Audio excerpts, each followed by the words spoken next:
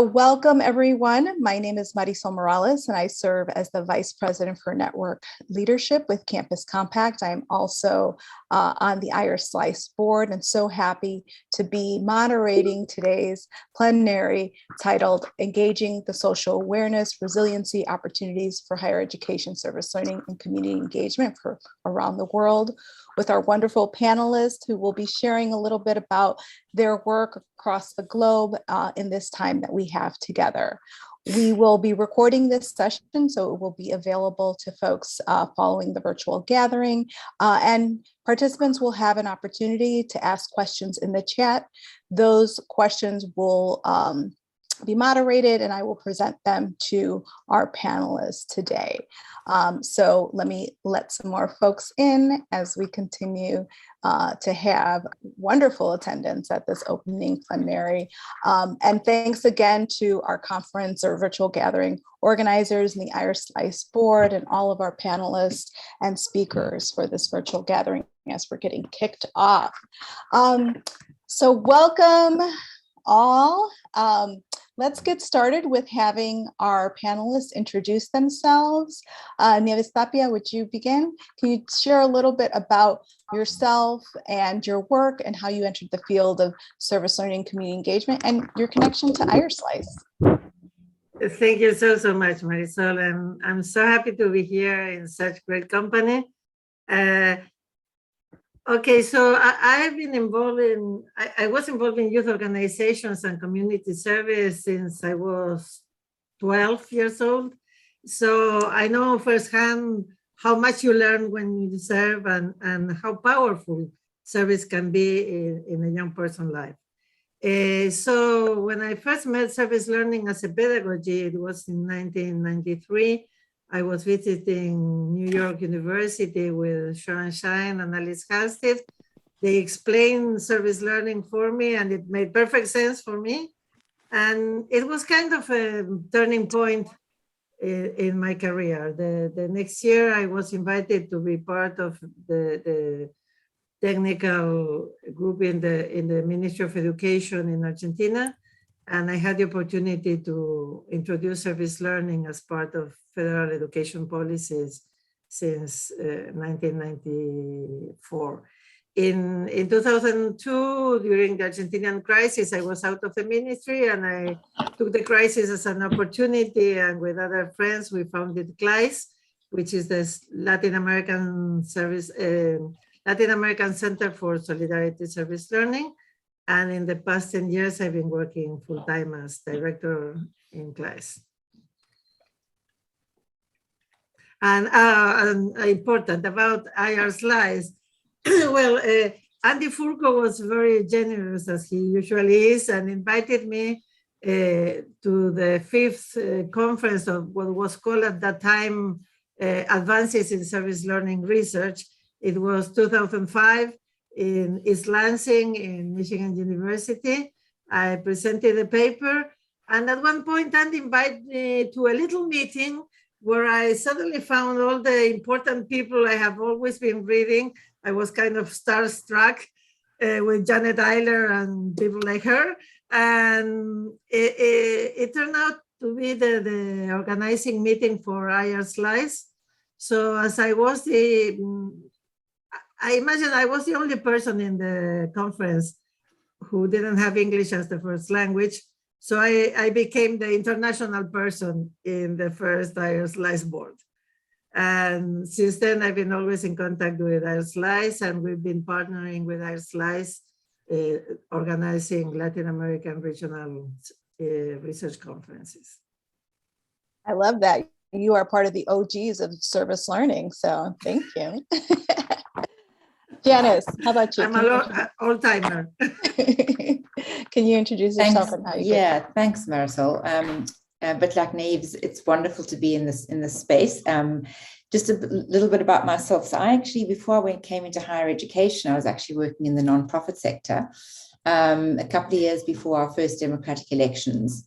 And I was working on a project with students who were doing studies out of school. And to pay back the funding they were getting for their studies, they were doing kind of a community service. So I was involved in developing a social studies curriculum, but had no idea, a bit like you, Neves, about the language of service learning, that in fact, that's what the students were doing. It was in a rural context, a very under-resourced community.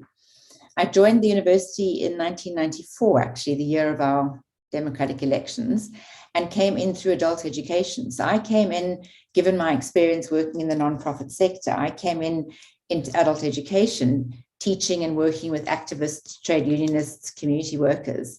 So I've always had one foot in the world beyond the university and one foot in the university. And in fact, could not imagine not having the foot outside the university, because the disciplinary basis of the university in and of itself isn't of interest to me. What's of interest to me is the university's relationship to the broader kind of context in which it's located.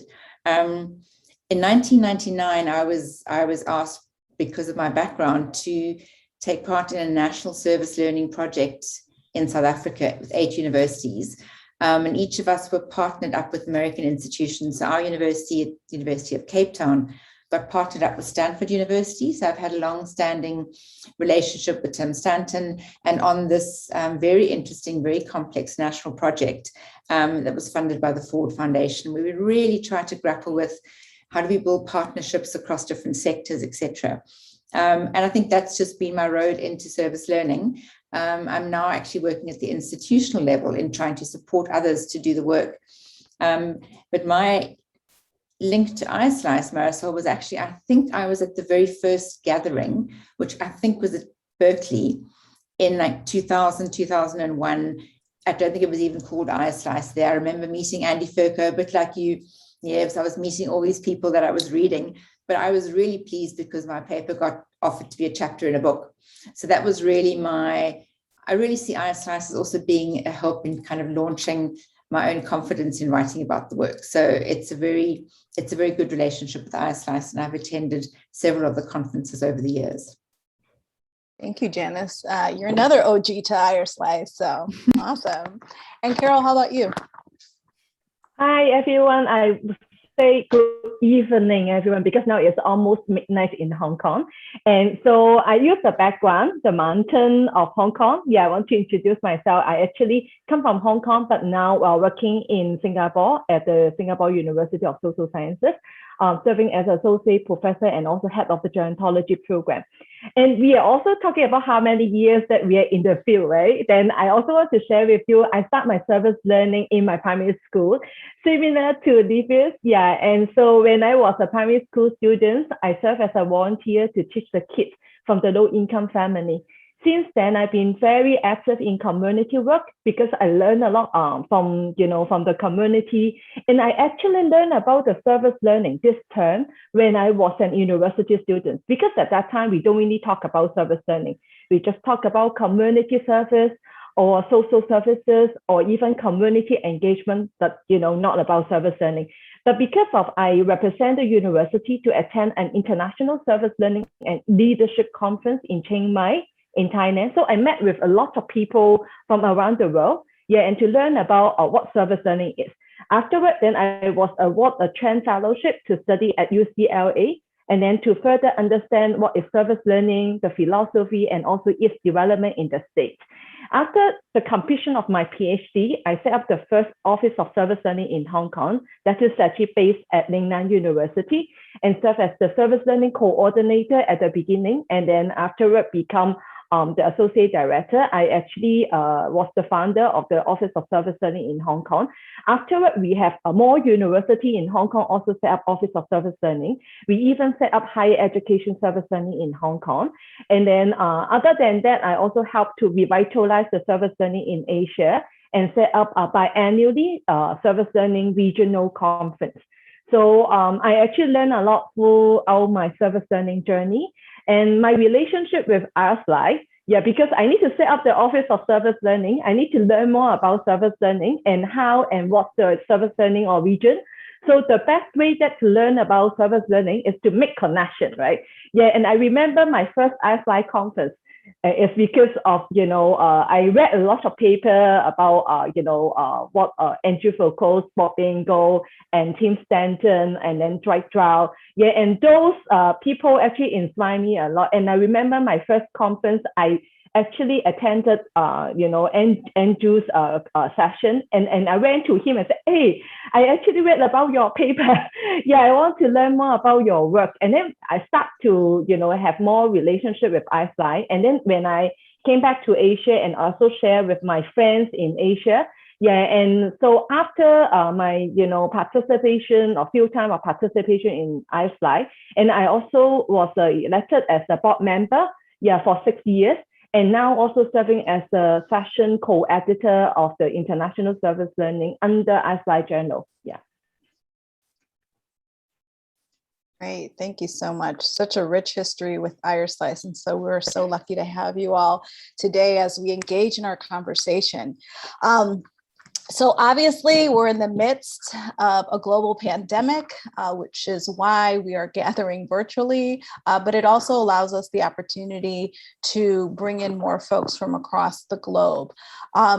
So what has it been like for you all in your respective countries and regions doing service learning during the time of a global pandemic? How have the sort of shifts taken place? What have you seen in terms of opportunities and challenges? But more than anything, contextualize for us what it looked like for you over the past 2 years. Let's see, Carol, let's start with you and then sort of go back around. Oh, you're on mute. The global pandemics actually create new normals. Yeah, honestly speaking, these 2 years are very tough to everyone. Yeah, and especially beginning of the pandemic, because everyone tried to explore a way to teach, to learn, and also to serve.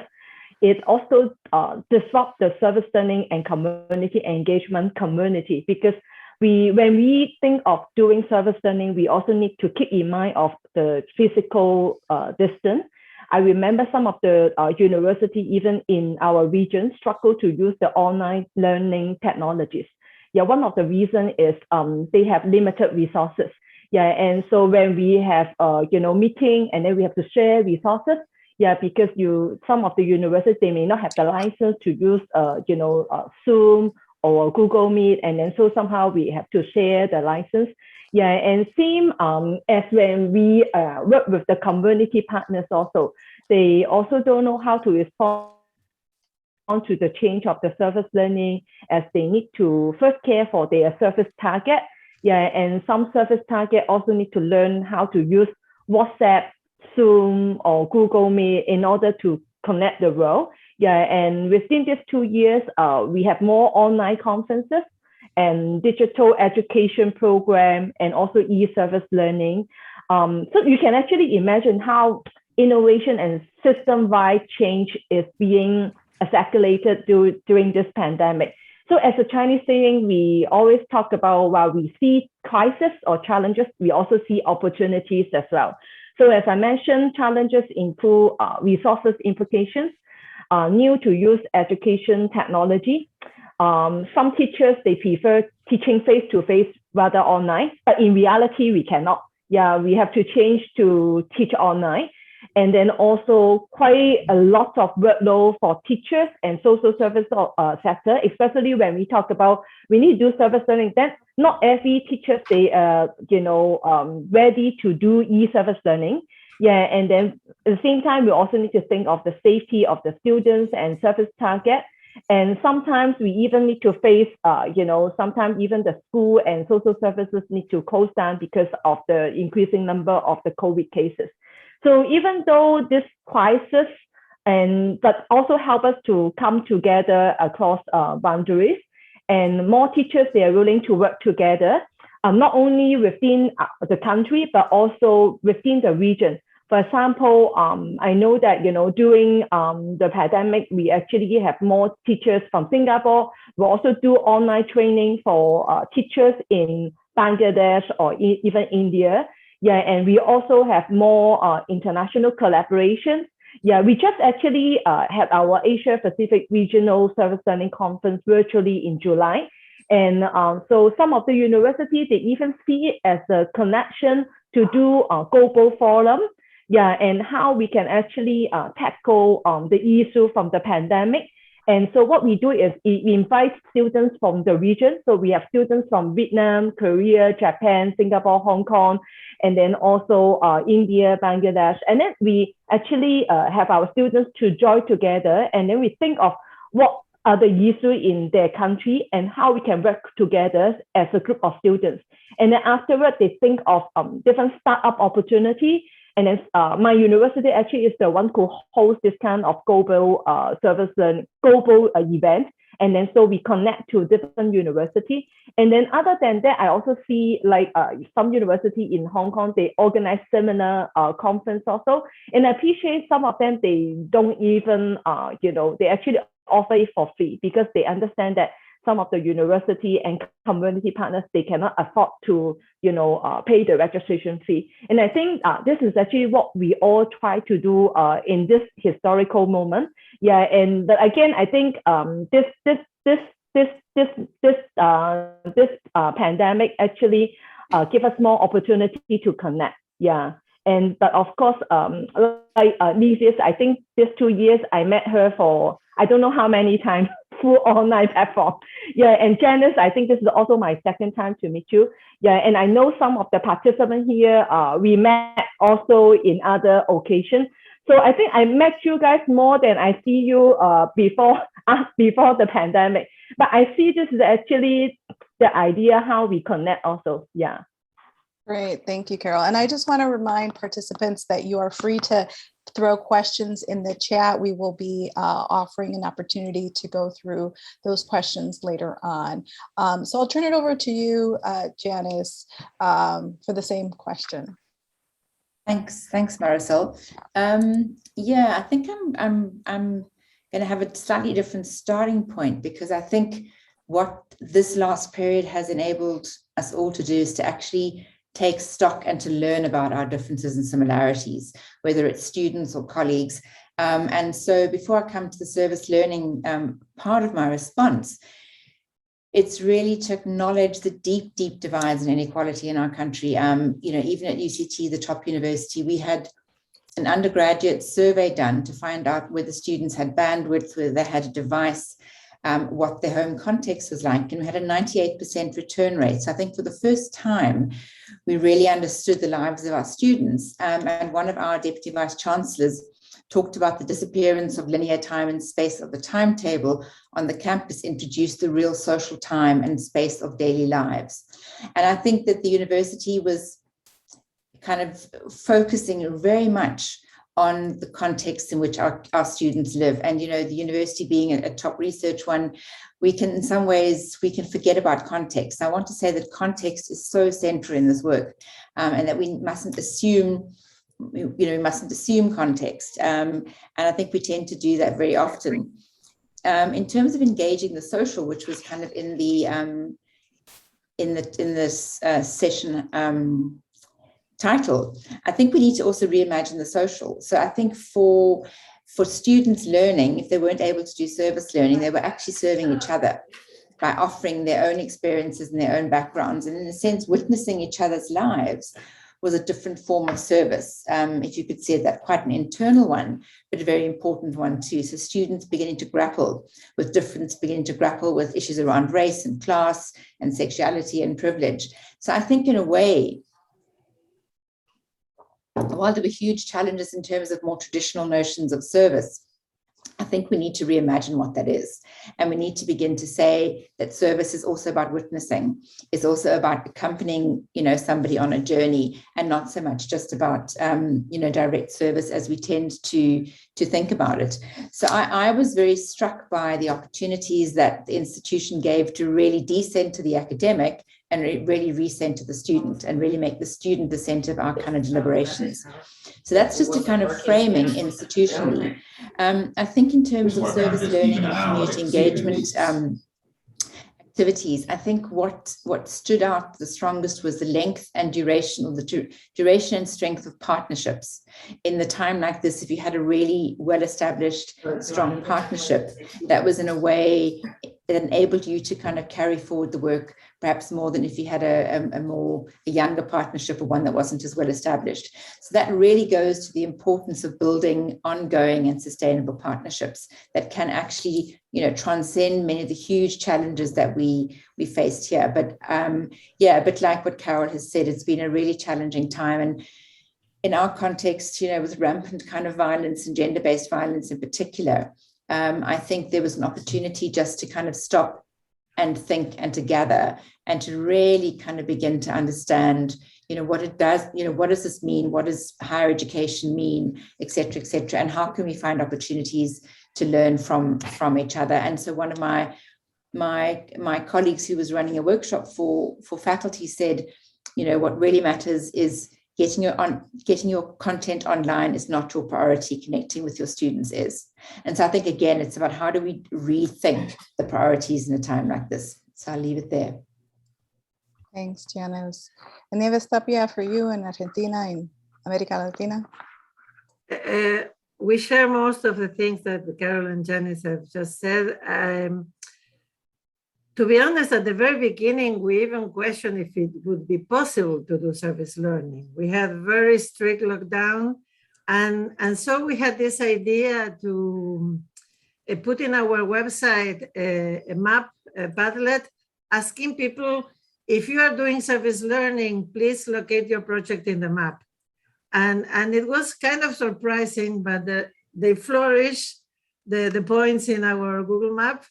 And looking at the experience we have gathered and looking at all the projects that have been developing in this difficult time, I would say, first thing is, it is possible to do service learning even under the pandemic and even in the hardest circumstances.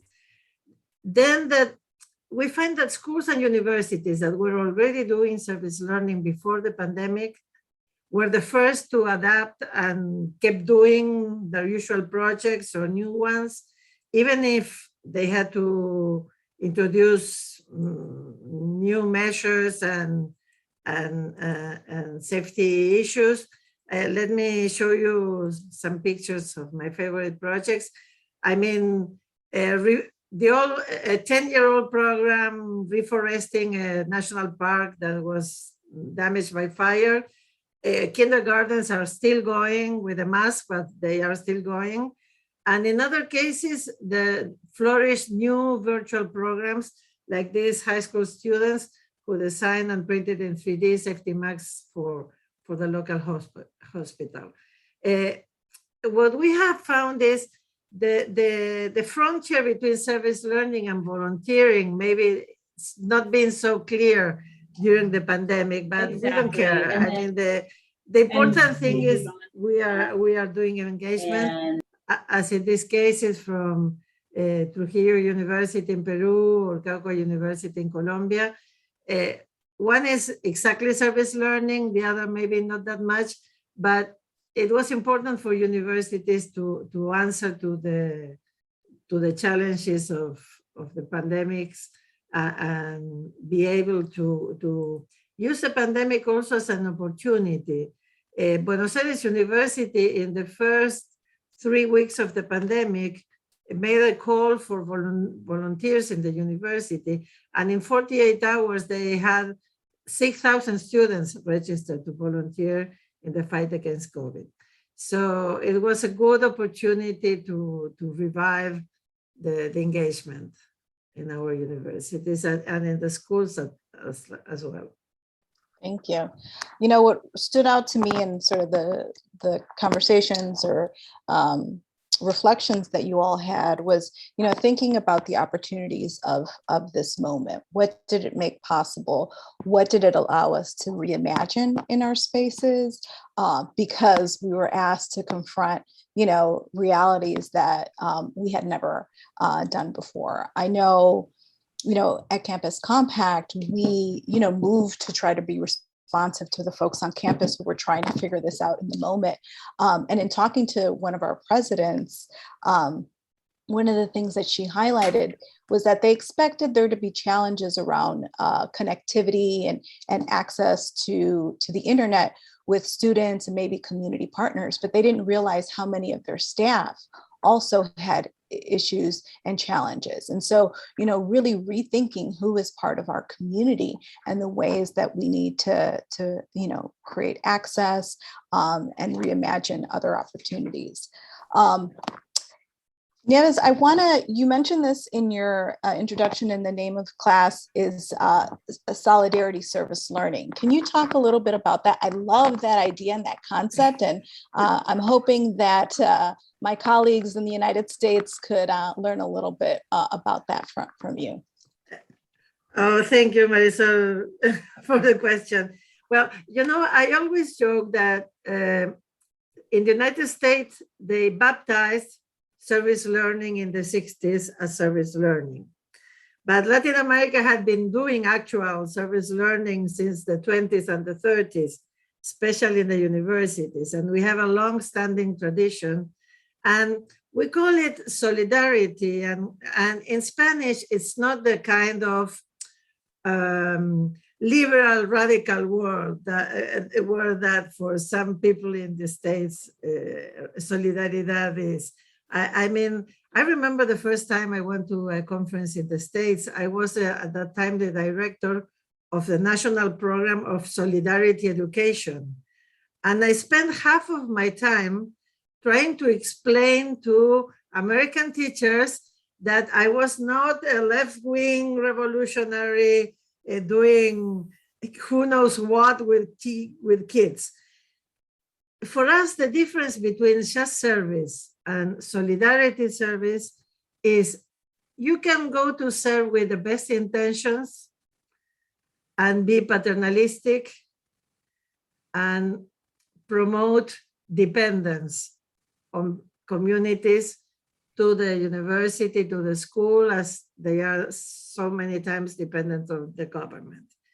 Solidarity is always horizontal. It's not doing for, but doing with. And we think that's a major difference. And I think in South Africa, I learned of the power of community and how important it is to reflect on the power relationships between universities and communities, and be very careful not to be paternalistic or imperialistic regarding communities. Yeah, I love that. And I would say that you are right in terms of the way the origins happened here in the United States with the coining of service learning, but ethnic studies programs in the United States really developed with that solidarity service learning, that solidarity community engagement, and ended up sort of being pushed to the side in our movement. And so I love the way that you bring it so to the forefront, and the education that you had to do with Americans about, right, the vastness of what solidarity means. At the same time, we have to recognize that Paulo Freire, the Brazilian educator, taught us all, and that what they call critical service learning in the States is very close to our vision, which is inspired a lot in Freire also. Yeah, I love the connections and the weaving together. Janice, you talked about the university, this quote about the social time of social life. And can you had this survey that happened, the students responded. What was the aha that came for the institution as they were reading through these? Thanks, Marisol. I mean, it seems a very obvious thing on one hand, but it was actually much more complex, finding out about who our students really are. So when there was kind of one of our executives made the argument that when all students are together on campus, we can kind of ignore disparities. We can assume that students, in a sense, have the same access to opportunities. But once you take students back into their home environment, suddenly those opportunities render visible extreme differentiation across students. So some students not having access to a computer, having to take on home responsibilities, etc. So suddenly I think it was a huge wake-up call to the university in terms of really understanding the complexity of our students' lives and not making assumptions about them. And one of the things that I often talk about in, I just want to quickly share my screen, is that, you know, if we take share screen, if we take context seriously, just this slide here, it actually shifts how we think about things and what sorry, let me just get the slideshow. If we really take context into account, if we really make sure that we understand what context really mean, it impacts practice and it impacts knowledge. And you can't actually separate context, practices, and knowledge. And I think that was a huge opportunity for growth around the students, our community. Students live in the context that many of our colleagues kind of work in, and that we need to put that center in terms of our curriculum development, in terms of our pedagogical approach. So Nieves, just to link with kind of Paulo Freire, you know, that when you acknowledge context, power resides in that kind of knowledge, and it actually decenters the university as the kind of primary knowledge producer. And I think it's those kinds of shifts, Marisol, that we're beginning to see. And out of interest, we have a structure on campus called the Knowledge Co-op, the UCT Knowledge Co-op. And they broker partnerships with community organizations. That's their intent, and they face into the community. During last year, there was a big drop-off in terms of the successfulness of those partnerships because of the stresses of the pandemic. But what is really interesting is this year, there was almost 3 times as many academics interested in doing projects with communities. So, you know, there was a drop-off last year, but it seems to have sown a realization, or, you know, a respect for the fact that the university needs to be more engaged. So there's a kind of challenge and an opportunity simultaneously. And then just every year, the university produces a social responsiveness report. And last year's was themed around the pandemic. It was the longest social responsiveness report the university has ever produced, showing just the ways in which the university was actually responding. So on the one hand, it seems like there was a huge amount of learning the university needed to do, but surprisingly, this year, it seems to have kind of flourished. There's a realization that there's much more that the university can and needs to kind of do in solidarity. Leos, I would agree with you completely with community partners. Thank you. Powerful. And Carol, for you, as you saw the responsiveness of your institution, as you think about when Nieves and Janice shared about solidarity, how did you see that maybe manifesting in Hong Kong where you were at? Yeah, I actually spent most of my time during the pandemic in Singapore. Yeah, I just came back recently to Hong Kong. But to talk about solidarity in Singapore, I think it's very strong because during the pandemic, because the government react very fast. Yeah, and then so the community organizations, they, you know, also try to echo to what the government's policy. I give you an example, like, because we understand that not many people, they can access to the internet during the pandemic. So government actually, you know, can work with some tele company. Yeah, and then they can offer very, very cheap, you know, offer to the senior, only $5, $5 then they can actually use the data plan, or they even work with some of the startups. Yeah, and then they try to provide free Wi-Fi to the rental flats. Yeah, and so for the elderly or low income group, if they want to access to the internet, they can use it. Yeah, we actually have to imagine, because we have sometimes actually we close down the school, and then we also have kids, they cannot go to school, but they actually all convert into Zoom learning. Yeah, but they cannot, you know, access internet. So the government have to think about it. And then community also join in. So the solidarity actually is very strong. Yeah, and I think we see, as I mentioned, right, when we define service learning, lots of people, they have different definitions. We actually can see community service learning or academic service learning. Yeah, what I see in Singapore, we do a lot of community service learning. We also have institutions that do academic service learning. But during the pandemic, sometimes it's very difficult to link into the course curriculum immediately, because there are the need that immediately that we have to respond. So somehow, I think that part inspired me a lot, is because, for example, my university worked closely with the social enterprise, one of the organization called SLCE. This is the app that, you know, create a platform is a digital platform that connect to volunteers, yeah, and also people who are in need. So once people they need any need, then they can actually go to the app and raise their concern and their need. For example, you know, I'm a mother. I need someone to teach my kids, you know, tuitions. Yeah, and then so if you are the volunteer, you can actually also register yourself as a volunteer. When just like when you take Uber, yeah, you can go to, you know, the app and then you see the need, and then you just actually click in, and then you can take that order, but you don't have any money, but you can contribute your time. So just like a modern time bank. Yeah, and this app actually worked with my university. And then within, I think, 2 months, we actually have around 3,000 volunteers, including students and also elderly. For those who cannot do service face-to-face or online, they're willing to pay money also. So again, imagine during the pandemic, we actually have a circuit breaker time. That means we all stay at home. And I actually learned how to do online shopping during the pandemic. I'm now very proficient in ordering all the things online. Yeah, and then so some of the elderly could live alone. They don't know how to order food.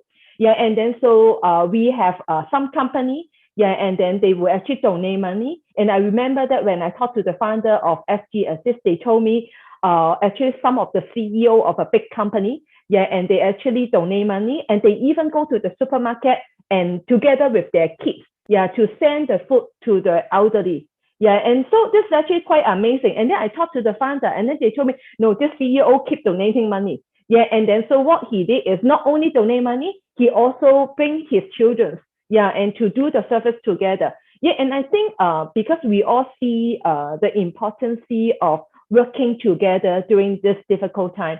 Yeah, other than that, recently I also talked to some of the corporate in Singapore, and because of, you know, lots of people, they see elderly as a vulnerable group. Yeah, and then we also see that during the pandemic, a lot of caregivers, they also suffer. Yeah, because, you know, I'm sure that you all have aged parents at home. Yeah, and some of you, you may also struggle work, and also you need to take care of your children or even elderly.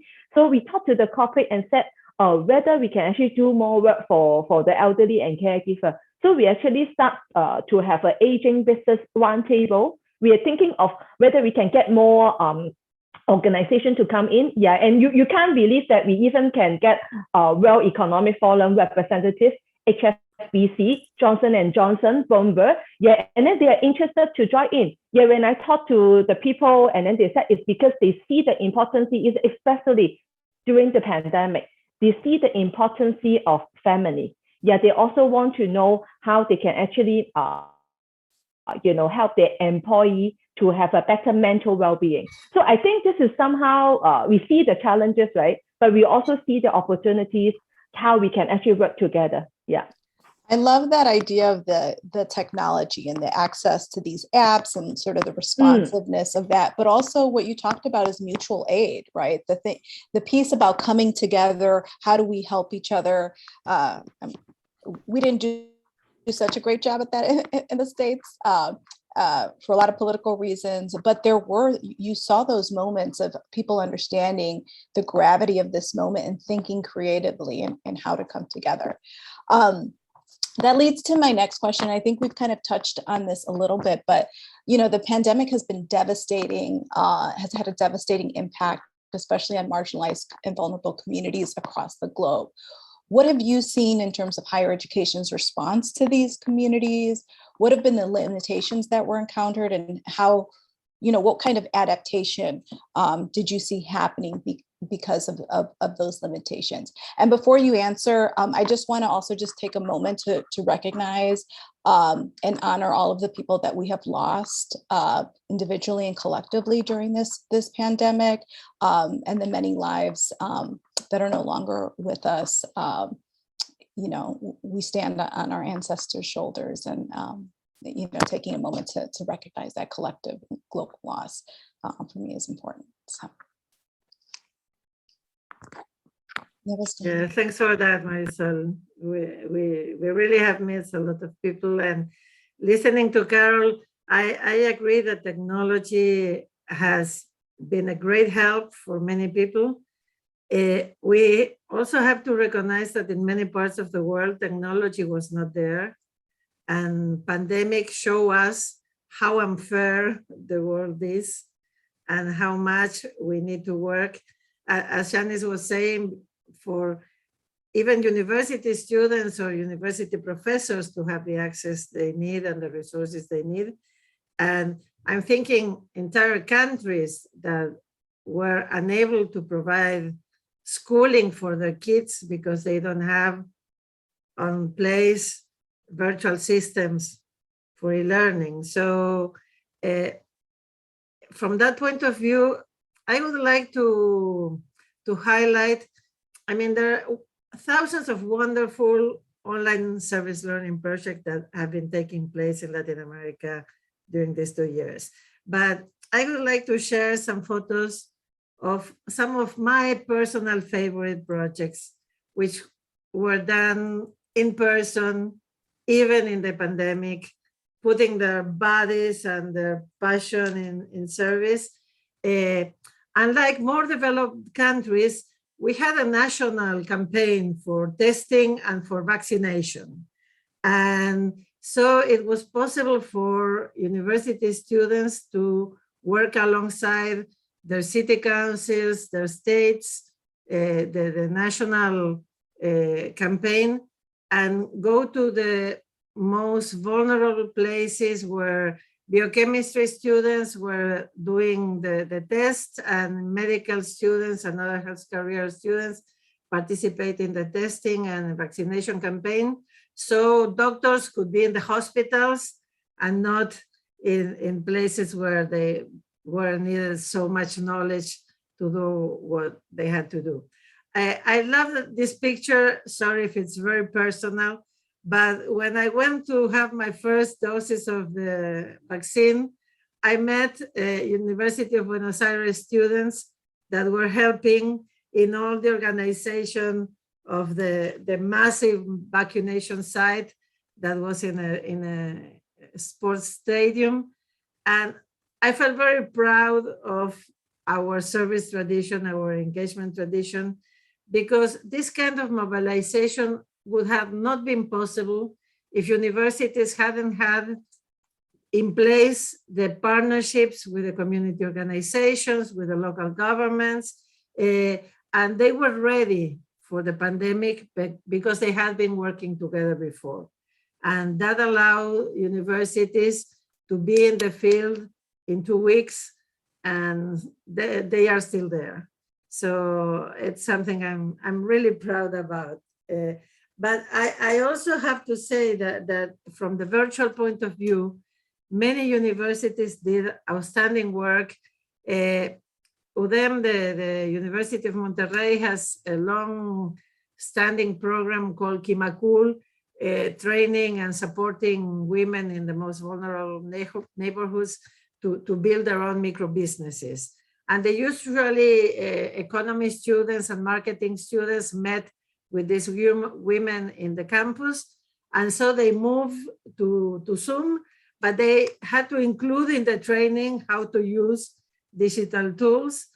And then they had to wonder how to transfer all these micro businesses have their own store in the campus and had fairs where they could sold in the campus. And with a pandemic, that was not possible. So they enlisted students from systems and engineering and built a virtual market. And so now these micro businesses have new e-commerce channels, and you can go into a computer and ask for the tamales and ask for all the products from your computers. And these women could keep their businesses going and running even during the pandemic. So I think that there's enormous creativity in service learning field, even during the pandemic. That is amazing. I love those stories. Those stories. Carol, for you? I think for higher education, respond to the marginalized communities. So actually, some of the university, as what Janice actually also earlier mentioned about, there are actually some needs, yeah, in our student community also, and even our faculty members. Yeah, and so because of the pandemic, quite a lot of family members, students, family members, or their parents got laid off. Yeah, they don't have a job. Yeah, and then this also creates some family struggles. Yeah, and then so for example, my university, they actually set up the student care fund. Yeah, intended to do that because we understand that we need time to support our students. Yeah, and so other than that, for example, if the students they got laid off, or maybe they have any financial situation, they can actually apply for the student care fund. Yeah, and then so actually they can actually got some support from the university. And other than that, I think the mental health services provided to the students are very important too. Yeah, and so sometimes when we look at marginalized community, I think not just about the community outside the school, but also the school, how the students can support students, or faculty can support the students directly. Especially we have students working in health and social care sector. They are under a lot of stress because of the pandemic. Yeah, and some of them because of they care about us, and then they even lost their life. Yeah, and so somehow I think university actually also respond to this. Yeah, and then how they support this kind of group. Yeah, and other than that, so I'm actually doing a project, and this project, the reason that I'm doing it is because one of my alumni is working in Dementia Singapore. I actually used to do a lot of dementia work with Dementia Singapore. Actually, it's about group reminiscence. Yeah, and you know that during the pandemic, before the pandemic, we can do group reminiscence, right? We can actually get 10 elderly together. But after the pandemic, we actually need to do one-to-one. So somehow we talked about how fast of the deterioration of the person living with dementia during the pandemic. So somehow we talked to Dementia Singapore and also talked to National Archive of Singapore, and they have a very strong oral history center. Yeah, and then so we work together and to create a person-centric reminiscence project for person living with dementia and caregiver. So this is the home care services. Yeah, and so we bring into the home. Yeah, and so myself and some of the volunteers and students and alumni, we work together and go into each family for 10 times. Yeah, and so we actually do preliminary interview, and then we actually base on the person's interest to do the interview. We also base on their time, because if you know person living with dementia, sometimes they may be more awake in the morning or maybe more awake in the afternoon. But I want to tell you, most of the time, the services that we have in the community is based on the center's timing, not based on the individual timing. So because of this project, it allows us to create more person-centric project. So this project is well funded by the university. Yeah, and then so we actually visit the family, and then we even teach the caregiver how to do this. And after this project, I want to tell you, we are expanding to do more projects within the nursing home and daycare center. Yeah, we are going to train a group of volunteers, yeah, from the nursing home and daycare center to do this kind of work. Again, this actually other than the university involved, but also National Archive of Singapore, yeah, and then also some of the agency, yeah, under the elder care services, we work together also. Yeah, and so I think, this kind of work is not easy because you need to do a lot of coordinating work, especially during the pandemic. I want to tell you, that was actually beginning of the pandemic. But the time we can only start the project is only this year in July. The reason why is throughout the process, we have a lot of cases. Yeah, and then the government have different policy. And then so we have been thinking about, should we do it online or should we face-to-face? Because when we have to think of person living with dementia, they actually look at the computer. It's different when you see a person, yeah, face-to-face. So somehow we have struggling a lot. Yeah, but now I'm now in Hong Kong, right? Actually, every Friday, I have a singing session with person living with dementia. Yeah, why I still do that is because we have already built relationship. Yeah, one of the elderly, he remembered the song "Oh Carol," And he always asked me, what's your name? And then I said, my name is Carol. And then afterwards, then he will start saying, oh, Carol, darling, I love you. So somehow, we start a lot of this kind of conversation. So I want to tell, the impact to the community, even though the university give money, because they need to give money, because we take all the audio recording and video recording, because at the end we want to create a video for the family as a legacy. So this is only one of the examples that I share, but I want to tell you it has already created a lot of impact to the community. And because of that, we also create one course about reminiscent art in aged care. So we would like to have more young people to take this course, and they can actually help more senior to conduct oral history interview in the long run. I love that. And that he remembers and sings "Oh Carol" to you. That's like the best.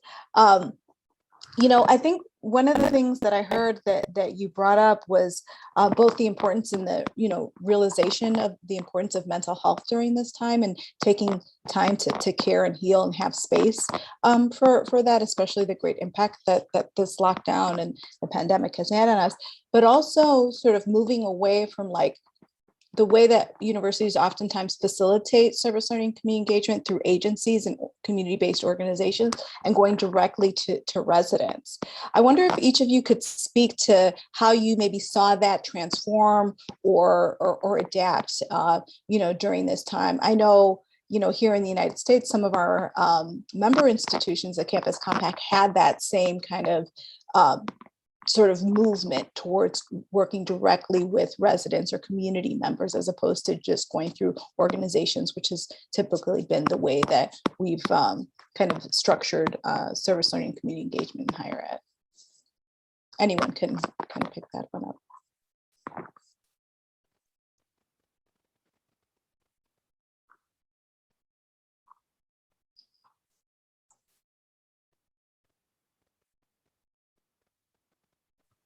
Can I? Yeah. So not quite on that exact question, Marisol. So I'm happy if Carol or Nieves want to kind of comment on that specifically. But linked to it, I had something to offer. At the floor, Janice. Go ahead. Yeah. So I think that I think at the moment we have a real opportunity for disruption. I think that I think there's no ways that we're going to go back to whatever was before. And I think that provides us with an opportunity to push the challenge of our institutions. And I'll never forget Kent Roth once saying, when he worked with faculty who wanted to do service learning, before they did it, they must just go and spend time in the community, just be in a community for a day, for a period of time, not doing anything, just actually engaging. And a comment I've never forgotten when he said this was, when the heart is touched by a direct experience, the mind might be willing to change.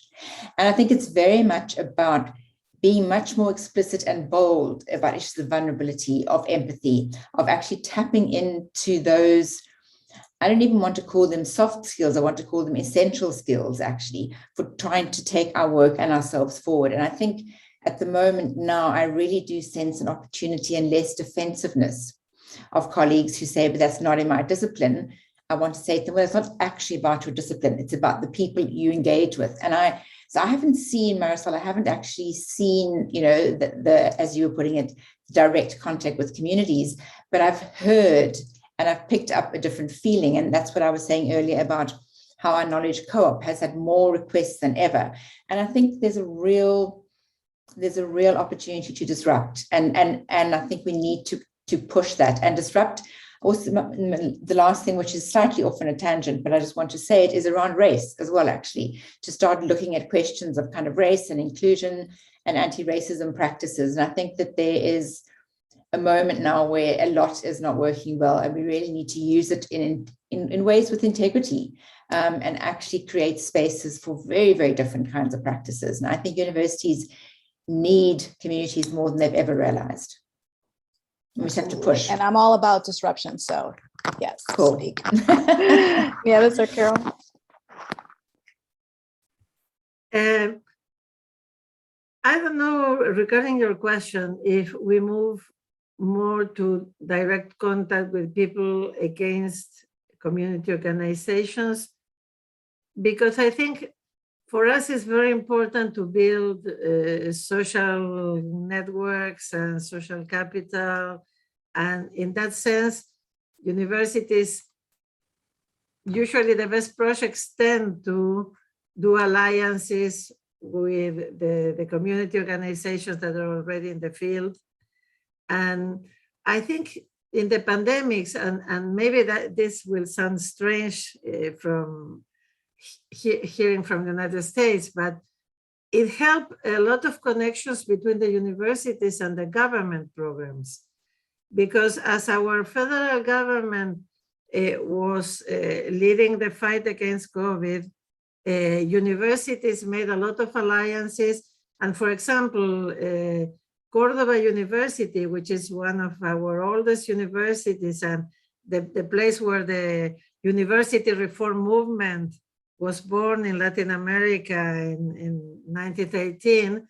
Well, the university was closed, but they opened the lunch, I don't know how you say, the place where students go to cafeteria? Lunch.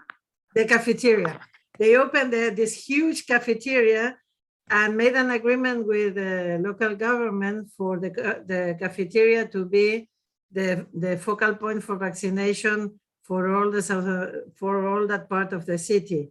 And so it gave also the opportunity for students, university employees to help with this effort. So I think for us, it was important to jump certain political barriers that sometimes in regular life are not as easy to be jumped, and work together for the common cause of fighting COVID. Of course, there have been also difficulties in the last year. Political struggle has become, we had elections last Sunday, so it was understandable, but still, I think most universities tend to work with community organizations and government agencies during the pandemics. Thanks. Carol, I had brought up the point that you made about working directly with folks in the community, and in some ways going directly to the people as opposed to just through community organizations. Yeah. At the end, you arrive to the people, but I think it's different if you arrive to individuals than arriving to the individuals through a community organization. Right. Right. And I love the piece that you brought up, Nieves, about the relationship with government and how the opportunities that were created. And I think, Janice, Carol, have you seen more of those opportunities happen, during this time? Yeah, I definitely see a lot of collaboration between my university and the government also. And for example, like the project I just mentioned to you, National Archive of Singapore is part of the government. Yeah, and because of this project, I also shared this to the Ministry of Health. Yeah, and we understand that nowadays, the Ministry of Health, actually, they are very busy because of the COVID cases. Yeah, and I talked to the Director of Aging Planning Office. And then so their staff actually talked to me and said, hey, Carol, your project is very important. So do you want to scale it up? Yeah, if you want to, scale it up, and then maybe you can talk to us, we can help you to try to look for funding. So I have later thought about, if I were in Hong Kong, then may not be a government will come to me and say, hey, I can help you to look for funding. But at least, I can tell they see what we are doing is important, especially we are filling the gap. Yeah, and also home care services are very important, very expensive. Yeah, why not we train more people? And I'm even proposing to them, because of the aging population, why not we actually create job opportunity for the retirees? Yeah, and then they can even get a part-time job. This could, help them to have some coffee money. Yeah, and then so they will be very happy because their work is being recognized. And then we will also provide training to them. And this will link to the university and also National Archive of Singapore. So we actually discussed a lot about this kind of partnership. And then also, as I mentioned to you, I also work with the corporate, right, to set up the business aging roundtable. Yeah, and because of this, I see the importance not only the government and the university or school or organization to tackle the aging issue during the pandemic. So I actually also proposed this and talked to the government and said, hey, we have this roundtable. Can we actually work together?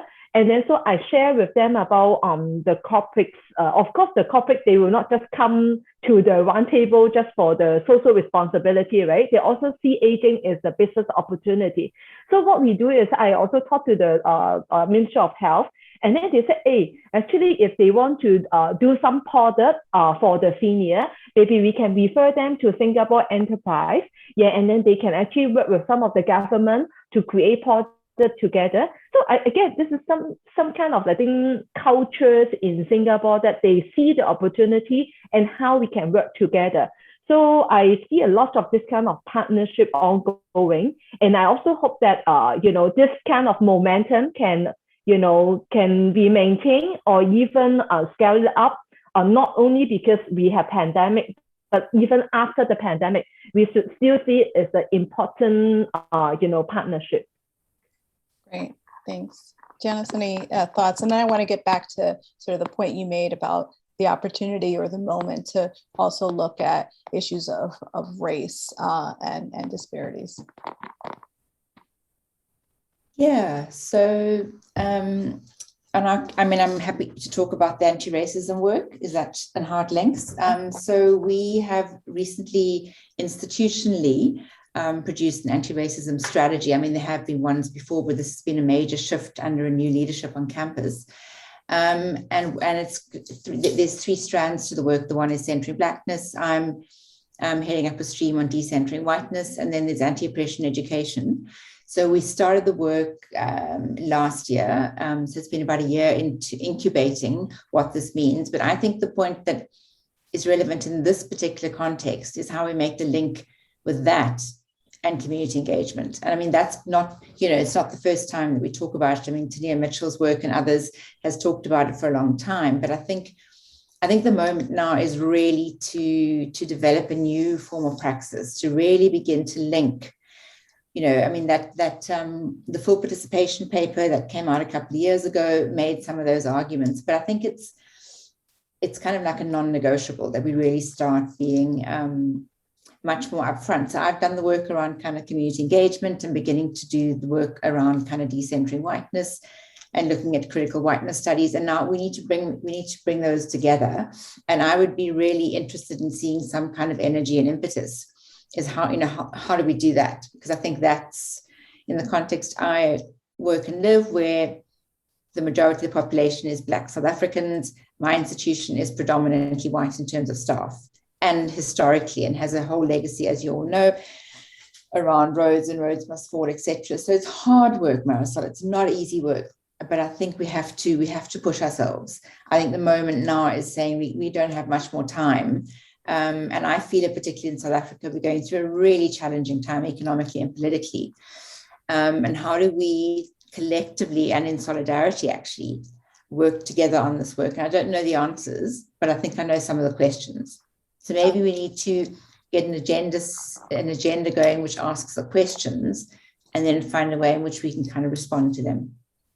So it's hard, but has to be done. Oh, yeah. No, I have two thoughts on that. One is that that is definitely the direction that we're looking at Campus Compact in moving, and the work, especially, the last year and a half in terms of the centering anti-racism, really bringing this back together in ways that help us to right the wrongs, bring sort of voices to the forefront, and really examine critically in this space the ways in which we need to rethink our practices and pedagogies in the field. Campus Compact is definitely with you and willing to work in solidarity. And I think as IARSLCE and as a board member, I'm going to throw this out to my other board members, but let's bring the questions up together as a space that looks at research and service learning, community engagement. Let's couple those in ways that we can look at the role anti-Blackness has across the globe, because when we saw the the racial justice movements in the United States. We did not just see them in the United States, but they were popping up all over. Latin America has a huge issue around anti-Blackness and colorism that can be part of this conversation. So looking forward to those. We've got about 10 minutes before we end. So I want to bring in some questions from the audience that we have, and then also give you all time for sort of last thoughts, comments, additional questions that you want to challenge us in the audience to think about. So we've got 3 questions. So I'll start with the last one and go up. Does anyone know a good funding source for the work that Janice is speaking of? So I believe the anti-racism work. Seems like some foundations would love to fund the collective agenda setting, network support, and international connection. So if you know of any orgs or foundations that are looking to fund the work, you can share those or throw it in the chat. And I guess too, for the audience, if you know of those as well, you can throw that in the chat.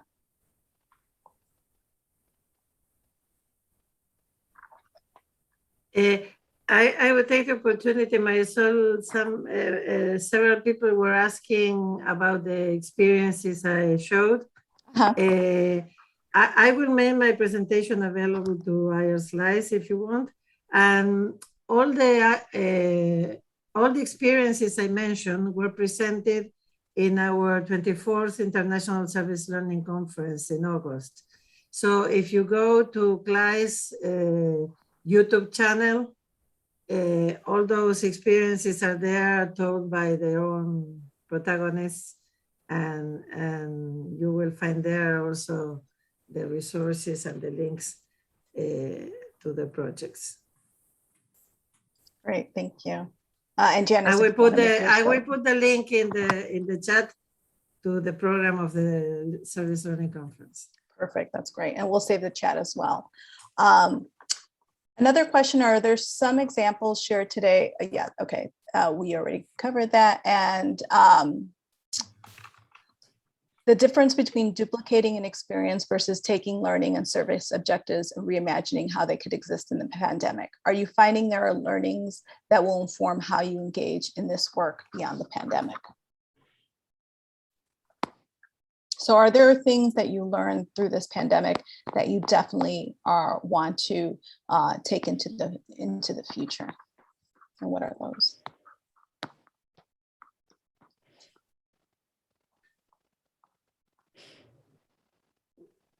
I would link to something Carol said. I think even mediated by technology, we were able to build personal connections that had not been built before the pandemic.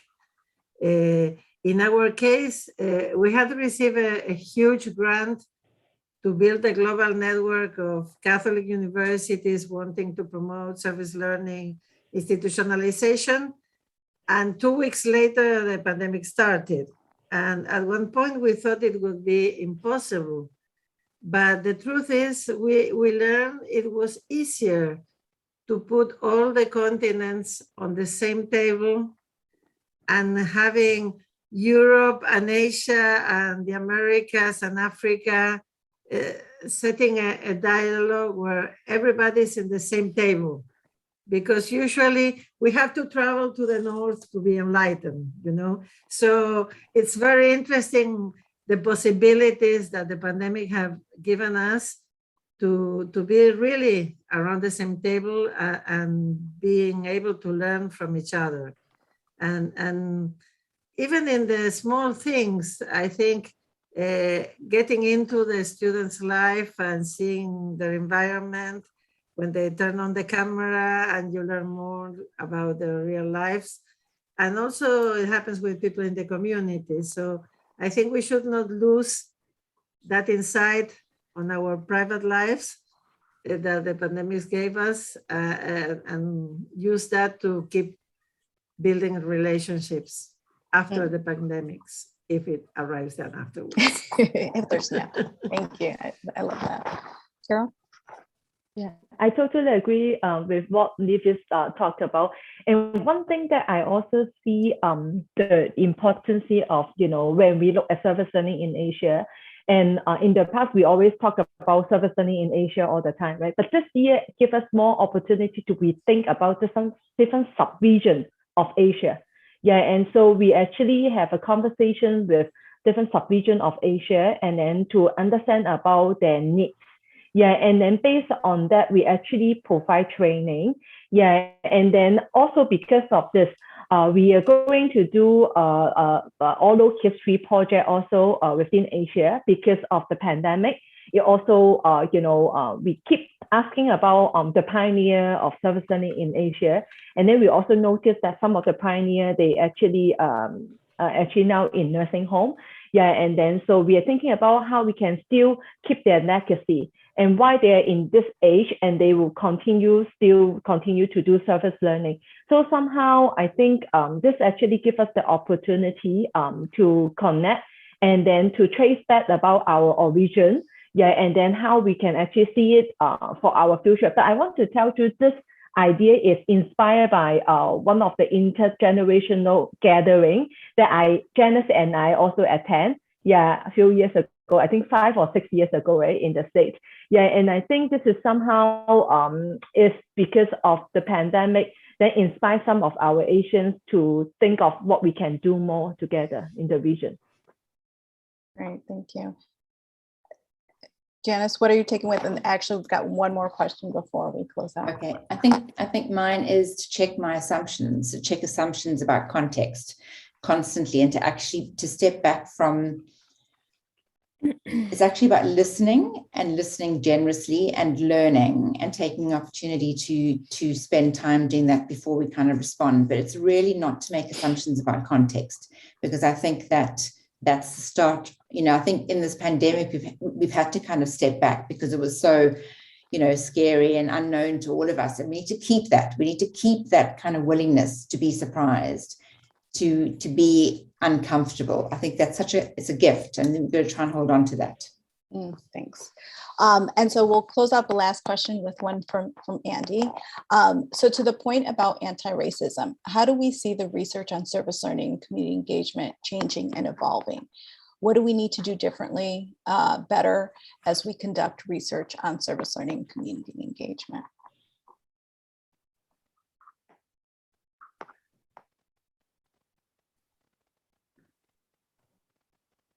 I mean, I can try.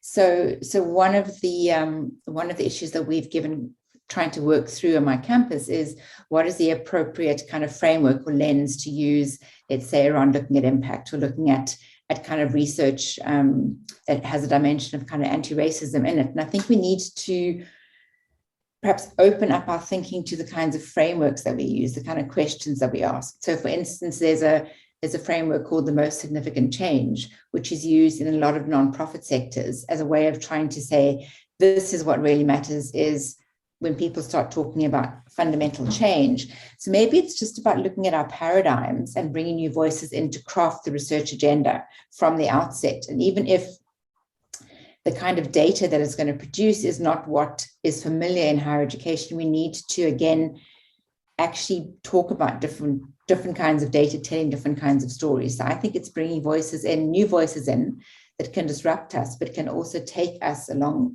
that kind of journey. And it's a really good question, and we're struggling with it, I must be honest. But I think the fact that Andy's asked it is an opening into beginning to think in new ways. So I appreciate the question. Thanks. And Nieves, we'll end with you. I've been several times in South Africa, and I really admire the way you're working on that field. I mean, living in a continent where we have lots of mixed people, and it's racism is not always so black and white as in other places. I would go back to the solidarity concept, and I would like to remind that racism is one of the many threats in the injustice tissue, and I think we need to work harder in having all the voices at the same time. The gender voices, the racism voices, the poverty, material needs issue. Because at the end of the day, I think that the problem is not the color of our skin. The problem is the injustice we have in our relationships. So I think service learning, for me at least, it's a great way to learn to work together for the common good. And if the new generations learn to work together for the common good and to be critical, but also to be propositive regarding all these injustice issues, it will be a way to start or to continue a more solidarity engaged process than some of other kind of goodwill, but not really effective kind of projects. Thank you. Thank you all so much for spending this time with us and being part of our opening plenary for the IARSLCE virtual gathering. Thank you to all the participants who stayed. Our program will continue, so make sure you check out 4 Waves and see what you're signed up for. And again, many thanks to the years of connection to IARSLCE and the love and depth that you put into this work where you're at and across the world. Thank you so much. Thank you, Marisol, and thank you Thanks. to IARSLCE. Thank you for the Bye-bye. invitation to participate. Thank you very much. Appreciate it.